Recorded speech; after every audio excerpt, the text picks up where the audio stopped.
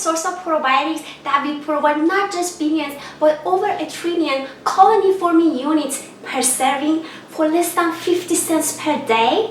If yes, stick around to hear more.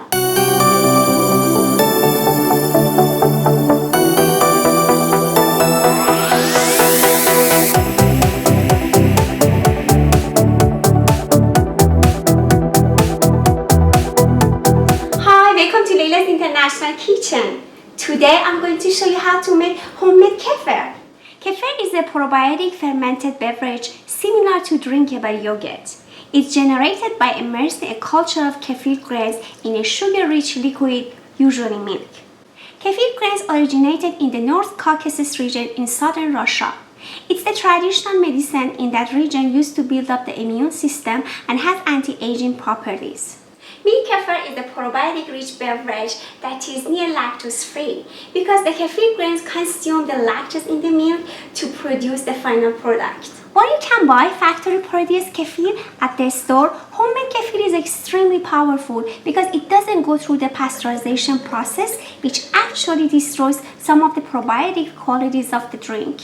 In today's video, I'm going to show you how to produce kefir starting with partially dehydrated kefir grains. You need a few tools you're going to use each day to harvest the kefir. First, you need to have a fine mesh strainer. Nylon mesh is preferred.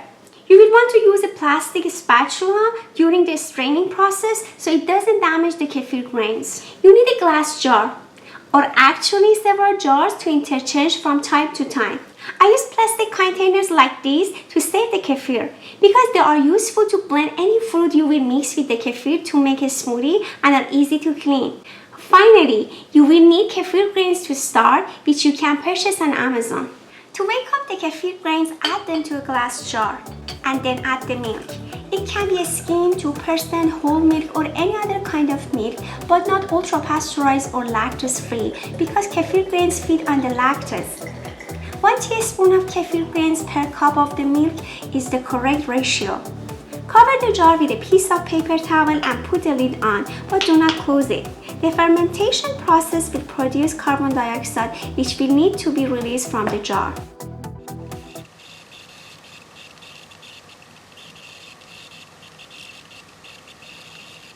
Find a nice warm spot where the mixture can sit safely to culture for about 24 hours.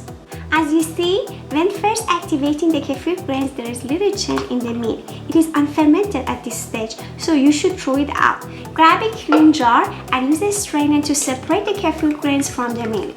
Some people might trust that if the milk doesn't smell spoiled, you can drink it, but I'm more cautious than that. Once strained, you can either put the grains back into the original jar or place them in a clean jar and pour in another cup of milk. Cover it and let it rest in a warm spot in your home for another 24 hours. After 24 hours, I see some changes in the kefir. I'm going to strain the milk from the kefir and let it rest for another 24 hours. It's up to you whether you want to try this kefir or throw it out, since the kefir grains are still in the process of waking up. After the third 24 hours, the top of the mixture looks like cheese. When you look at the jar, the liquid from the milk has separated. See, it's clear. That's when you know the kefir is ready. The top is very thick, so mix it up with your spatula. Then put the strainer on your container and slowly pour the mixture into your container. Use your spatula to brush the kefir grains against the side of the strainer in this way. This will separate the creamy kefir from the solid grains. Any remaining kefir from the original jar should be scraped from the bottom and sides so you can harvest all the kefir from the jar. Because of the antibacterial properties of kefir, you don't need to wash the jar after each harvesting. But if the jar gets too crusty and ugly, over time you can switch it out with a clean jar. I change out the jar every 2 to 3 days because the longer the kefir crusts over the jar, the harder it is to clean, like cement. As you see, the kefir is very creamy and also the flavor is somewhat tangy, so you may want to add some fruit to make it into a smoothie. I found the best mixture is either bananas or pineapple, with around 1 to 2 teaspoons of honey. I also prefer to have it cold, so if the fruit has not been chipped prior to mixing, I'll add 3 to 4 ice cubes.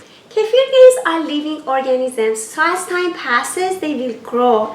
As they multiply, you can add more milk and use a bigger jar to make even more kefir. And you are going to have a lot of grains. You can donate the extra grains to friends or family, use them as a cat or dog's food, or just throw them away. Some people even mix the grains into their smoothies to consume them. If you are tired of making kefir every day, simply put the kefir grains in a glass jar with milk and leave them in the fridge up to 2 weeks. If taking a long break, you can dehydrate the grains and freeze them for up to a year. But whenever you want to use them again, you should awaken them using the same process. If you like this video, don't forget to give us a thumbs up, subscribe, and tell your family and friends about my channel. Until the next video, be safe, be well, bon appetit!